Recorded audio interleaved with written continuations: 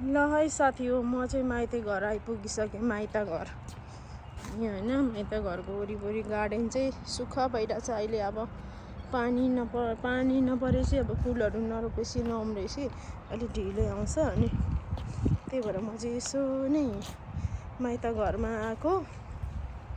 फेरि घर पनि टाढा छ, त्यहाँ पर छ टाढा भन्नाले, त्यही भएर आएको। आज चाहिँ हाम्रो बाउ बिरामी भएर आएको हेर्नु होइन। त्यही भएर चाहिँ हिजो हस्पिटल गएको थियो, के भयो होइन, कसो भयो भनेर चाहिँ यहाँ हेर्न आएको।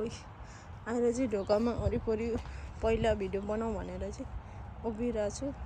अनि त्यही भएर चाहिँ भित्र पस्छु अनि सोध्छु के भएछ भनेर नि आएको है म चाहिँ। गाइस सुतिरहेको होला, किनभने हिजो बिरामी थियो, ढिलो बिहान खेरि 1-2 बजी कति बजी आइरहेको थियो। ए पापा ठिकै छ? के भयो हिजो हस्पिटलमा? हिजो कहाँ दिनभरि रात 2 बजी रातसम्म राखेर नि। के खायो अहिले? कति बजी उठेको? अघि नै उठे, 2 घन्टा 3 घन्टा पनि जाइन नि। ए निद्रै लाग्दैन, म त उजेलो भएपछि निद्रै लाग्दैन। यस्तो भइरहेछ। अनि के भन्यो त हस्पिटलले? त्यो गलामा के भएको रहेछ? गलामा खोइ त्यहाँ सुत्दा बाङ्गो टिङ्गो सुत्यो होला, के छैन भित्र त भने। ए राम्रै छ, डराउनु पर्दैन भने।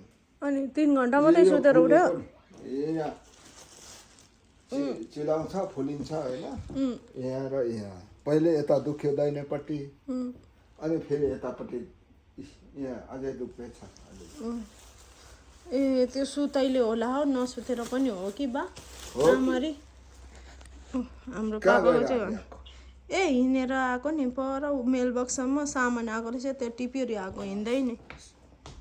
ए केटा र म मान्छे चिन्ने भएको सानो नानी र म हिँडेर आएको। आमा हौ जिउ त उठाउँदैछ त, बोक्छ कि भनेर। ल अब म भरे आउँछु। अब ल भरे त्यति आउनुहुन्छ अरे। ल हामी चाहिँ अब यसो हेरेर जान्छौँ।